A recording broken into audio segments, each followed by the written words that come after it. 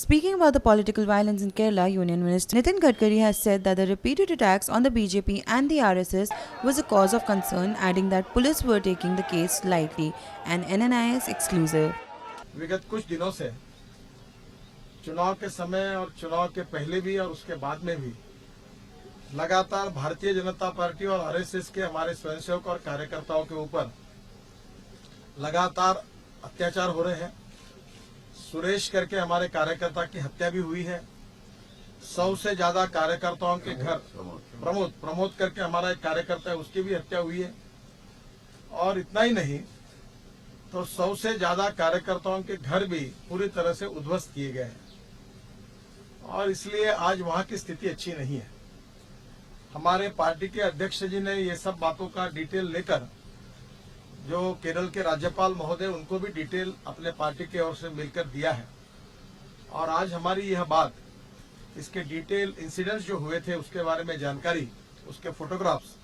और किस प्रकार से पुलिस भी इसके ऊपर कोई कार्रवाई नहीं कर रही है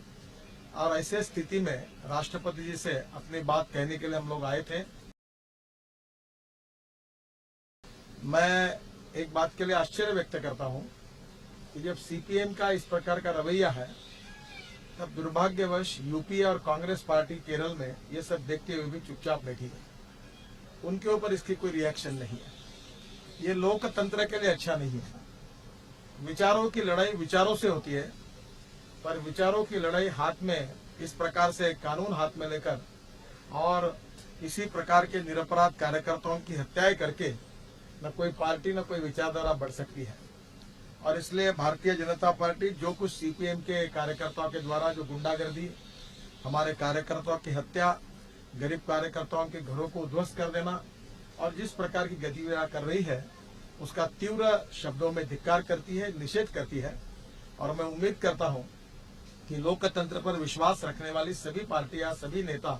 निश्चित रूप में इस बातों का विरोध करेंगे, निषेध करेंगे और लोकतंत्र को मजबूत करने के लिए ऐसी घटनाओं की भर्त्सना भी करेंगे। और हम ऐसे लोकतंत्र को निर्माण करना चाहते हैं जहां विचारों की लड़ाई हो, जहां कानून हाथ में लेकर इस प्रकार की लड़ाई करने वाले लोगों को इस लोकतंत्र में किसी प्रकार का